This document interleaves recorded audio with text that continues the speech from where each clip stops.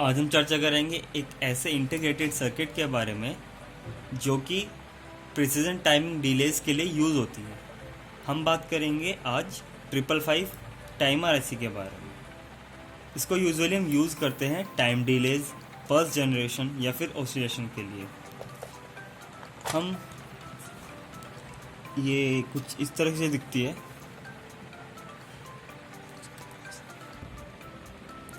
तो जैसे आप देख सकते हैं ये NE555N है। ये हमारे पास जो है ये 8 पिन की है।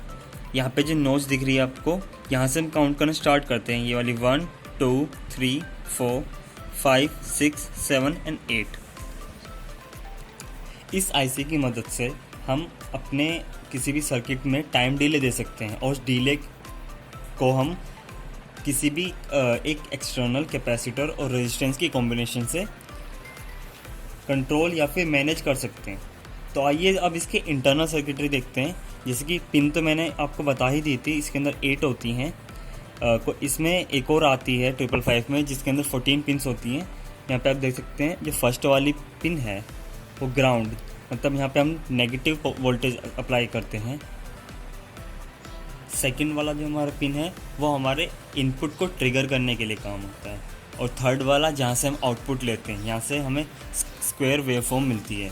फोर्थ वाला हमारा रीसेट होता है, जो भी एक साइकिल के बाद अगर ये स्टॉप हो जाएगी, अगर इसको रीसेट करना है दोबारा से स्टार्टिंग से, तो हमें रीसेट पे कुछ इनपुट देना पड़ता है।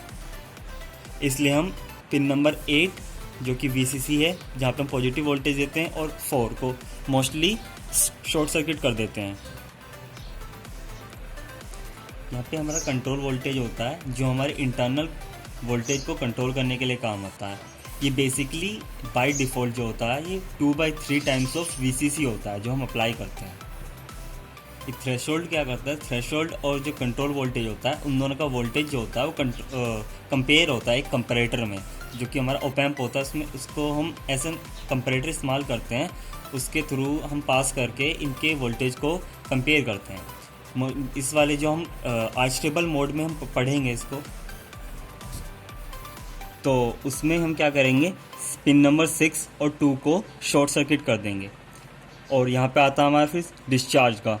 डिस्चार्ज वाला क्या करेगा, जो हम कैपेसिटर एक्सटर्नल कैपेसिटर लगाते हैं 1 और पिन 2 के बीच में, उसको डिस्चार्ज करने का काम करता है ये, जिसकी वजह से ही हमें साइकिल्स मिलती हैं, पॉजिटिव ज़ीरो या फिर पॉजिटिव नेगेटिव इस तरीके से। तो अब हम जल्दी इसके इंटरनल सर्किटरी के बारे में जान लेते हैं।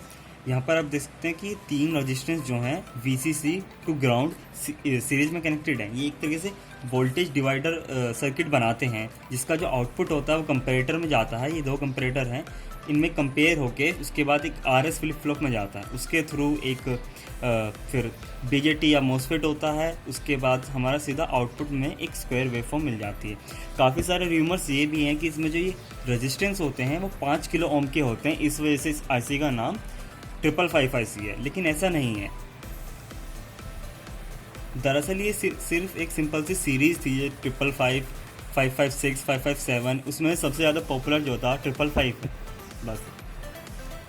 इसमें जो हमारे पास ये आउटपुट आता है उसकी फ्रीक्वेंसी कैलकुलेट करने के लिए अनस्टेबल मोड में हमारे पास ये फॉर्मूला होता है 1.49/RA + 2RB × C, जहाँ पर RA जो होता है हमारा रेजिस्टेंस होता है पिन नंबर 7 और 8 के बीच में जो होता है, और RB जो होता है हमारे पास पिन 7 और 6 के बीच में होता है, और जो हमारा C है वो कैपेसिटर होता है जो कि पिन नंबर 1 और पिन नंबर 2 के बीच में लगा होता है। हम RA और RB की वैल्यू या फिर C की वैल्यू चेंज करके इसकी फ्रीक्वेंसी बढ़ा सकते हैं या घटा सकते हैं या अपने अकॉर्डिंग वेरी करा सकते हैं। तो जो हमारा आज का सर्किट है वो इस तरीके से, यहाँ देख सकते हैं कि पिन नंबर 8 पर हम VCC पॉजिटिव वोल्टेज देते हैं, वहाँ पे हमने 1 किलो ओम का रेजिस्टेंस लगाया हुआ है। यहाँ पे 7 और 6 के बीच में हमने एक पोटेंशियोमीटर लिया है जो कि 47K का है, और यहाँ पर हमने एक 1 और 2 के बीच में कैपेसिटर लगाया हो जो हमने 470 माइक्रोफेरेड का लिया है। यहाँ पर पिन नंबर 4 और 8 जो कि 8 VCC और 4 रीसेट जो होती है उनको शॉर्ट किया हुआ है। इसी तरीके से हमने सेकंड जो ट्रिगर होती है और 6th जो थ्रेशोल्ड होती है उन दोनों को शॉर्ट किया है। इसके बाद हमने यहाँ पे 3 नंबर जो पिन है जहाँ पे आउटपुट लेते हैं वहाँ से हमने एक रेजिस्टेंस कनेक्ट किया है, और वहीं पर हमने एक एलईडी एक एलईडी का जो L2 है उसका नेगेटिव कनेक्ट किया है, एक एलईडी जो L1 है उसका पॉजिटिव कनेक्ट किया है, और एलईडी का दूसरे वाला टर्मिनल 1 से और 4 से कनेक्ट किया है।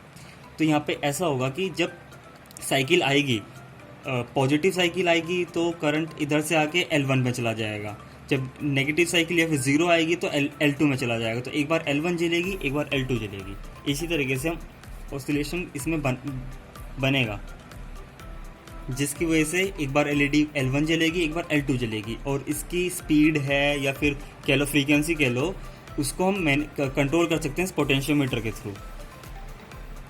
तो आइए इसको प्रैक्टिकली वेरीफाई करते हैं। अब हम अपने सर्किट डायग्राम के अकॉर्डिंग अपने सर्किट को बनाते हैं। सबसे पहले हमें पिन नंबर 2 और पिन नंबर 6 को शॉर्ट करना है। उसके लिए हम एक छोटा सा वायर लेंगे, उससे डायरेक्ट कनेक्ट कर देंगे। इसी तरीके से हमें पिन नंबर 4 और 8 के साथ भी करना है, उनको भी शॉर्ट करना है।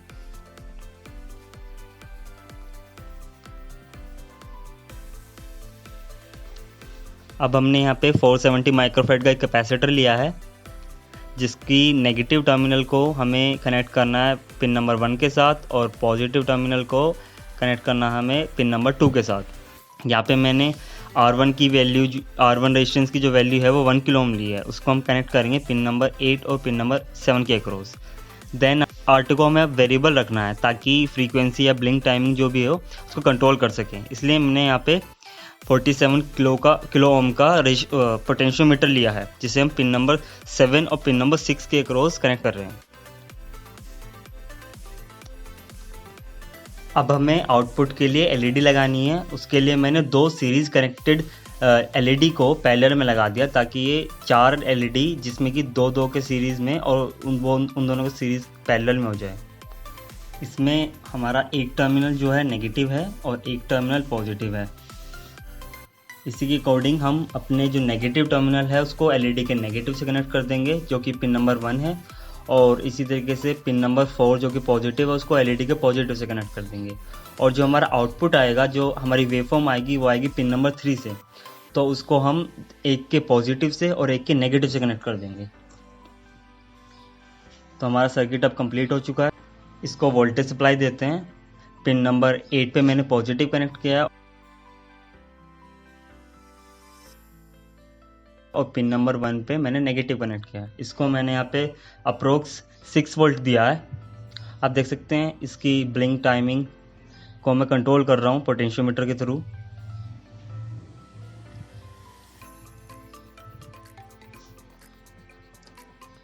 तो यहाँ पर मैं जैसे ही अपनी जो पोटेंशियोमीटर की नॉब से रेजिस्टेंस को कम या ज़्यादा करता हूँ, उसी के अकॉर्डिंग उसका ब्लिंक टाइमिंग चेंज होती है। जैसे ही मैं रेजिस्टेंस कम करता हूँ तो फ्रीक्वेंसी बढ़ती है, उसके साथ साथ ब्लिंक टाइमिंग भी बढ़ती है, और जैसे ही मैं रेजिस्टेंस को बढ़ाता हूँ तो ब्लिंक टाइमिंग भी कम होती है और फ्रीक्वेंसी भी काफ़ी कम हो जाती है।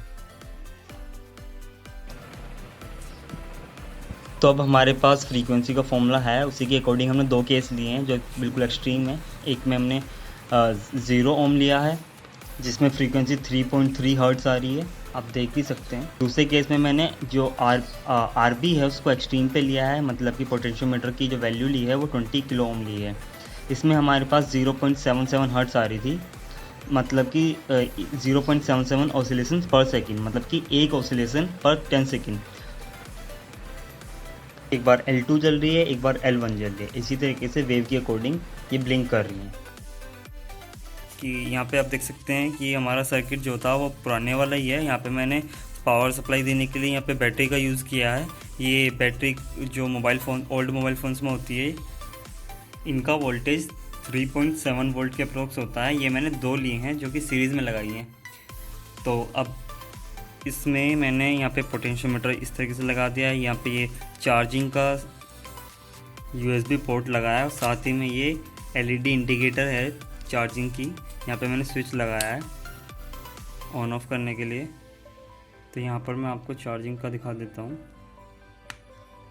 ये हमारी चार्जिंग का इंडिकेट कर रही है कि हमारी जो बैटरीज़ हैं वो चार्ज हो रही हैं।